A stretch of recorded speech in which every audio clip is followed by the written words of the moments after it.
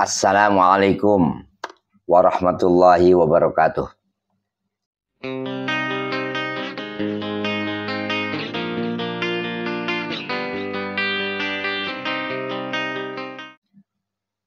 Alhamdulillah. Alhamdulillahilladzi ja'alana min muqimis shalah. Asyhadu an la ilaha illallah wa asyhadu anna Muhammadar Rasulullah. Ursila lil alamin rahmah. Allahumma sholli wa sallim ala sayyidina wa habibina Muhammadin wa ala alihi wa ashabihi wa mawalah, amma ba'du. Ma'asyiral muslimin wal muslimat rahimakumullah. Mengawali apa yang saya akan sampaikan, sebuah sabda Nabi kita Muhammad sallallahu alaihi wasallam, bunyal islamu ala khamsin. Syahadati alla ilaha illallah wa anna Muhammadar Rasulullah, wa iqamis shalah, wa ita'iz zakah, wa shaumi ramadhana, wa hajjil bait man istata'a ilaihi sabila. Shadaqa Rasulullah sallallahu alaihi wasallam. Kaum muslimin muslimat, assa'adakumullah hayatakum. Hadis ini menjelaskan tentang rukun Islam. Yang pertama adalah mengucapkan dua kalimat syahadat, bahwasanya tidak ada Tuhan selain Allah dan Muhammad adalah utusannya. Yang kedua, mendirikan sholat. Ketiga, mengeluarkan zakat. Keempat, berpuasa di bulan suci Ramadan. Dan yang kelima adalah haji ke Baitillah. Siapa-siapa yang memiliki kemampuan ke sana. Ma'asyiral muslimin wal muslimat. Orang-orang Islam setelah jadi orang-orang Islam, ada kewajiban pertama yang harus dikerjakan, yaitu mendirikan sholat. Nabi kita Muhammad SAW bersabda, awalu ma yuhasabu bihil amdu yaumil qiyamah as-sholah. Wa in sholahat sholaha sayra amali. Wa in fasadat sayra amali. Perbuatan pertama yang dihisab nanti pada hari kiamat seorang hamba adalah sholatnya. Apabila sholat itu baik, maka akan baik pula lah amal-amal perbuatannya. Tetapi jika sholat itu rusak, maka akan rusaklah amal-amal perbuatannya. Kalau kita melihat dari sisi ilmu fikih, as-sholatu lughatan, sholat itu dari sisi bahasa adalah ad-du'a, berdoa, memohon kepada Allah Subhanahu wa ta'ala, bermunajat kepadanya. Karena memang di dalam sholat penuh dengan doa-doa. Dilihat dari istilah pengertian sholat di dalam ilmu fikih adalah aqwalun wa af'alun muftatahatum bit takbir wa mukhtatamatum bit taslim. Sholat itu adalah perkataan-perkataan, perbuatan-perbuatan yang dibuka dengan takbir dan ditutup dengan salam. Kaum muslimin muslimat rahimakumullah.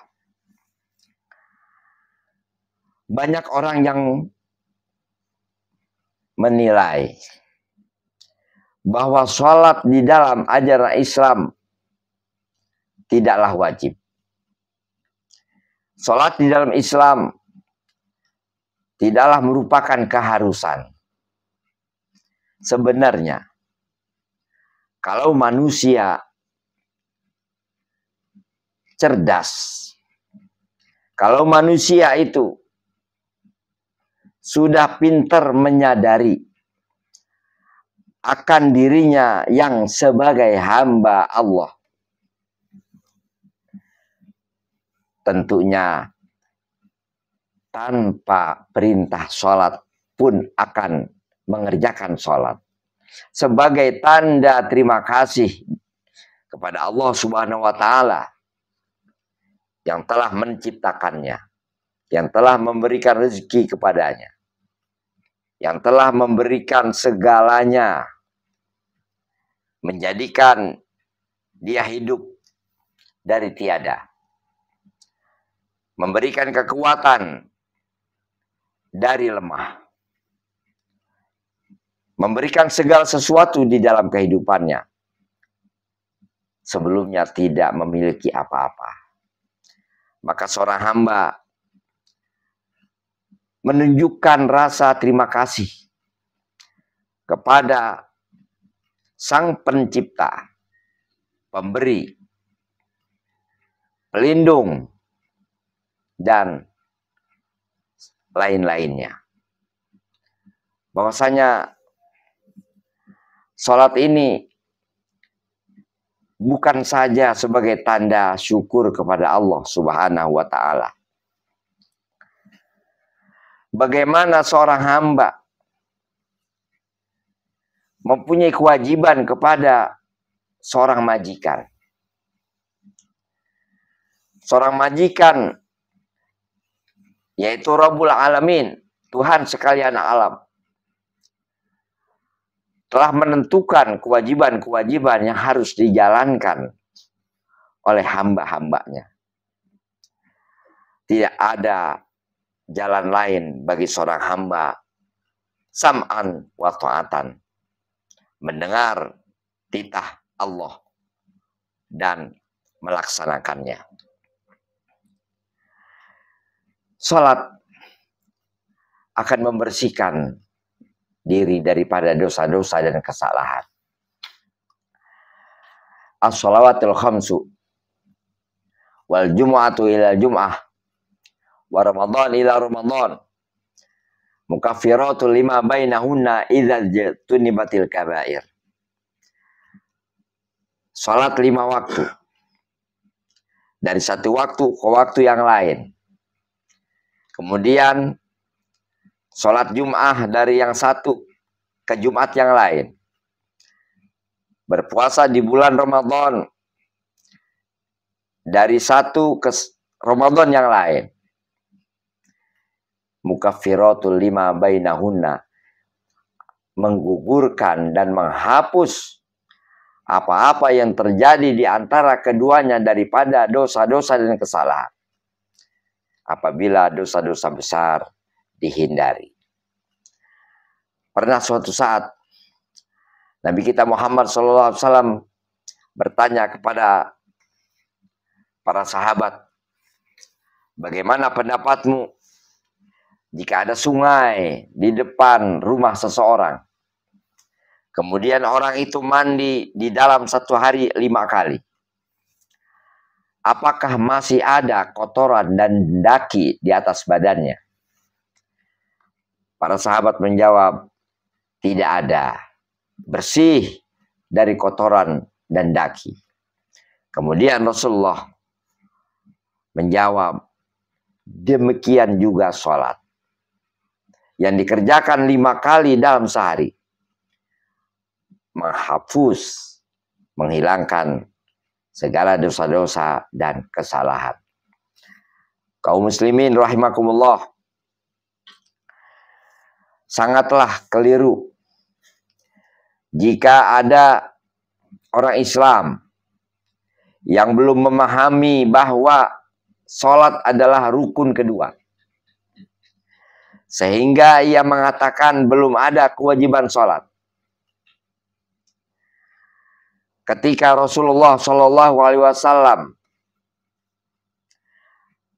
menerima ajaran-ajaran dari Allah Subhanahu Wa Taala di Sidratil Muntaha,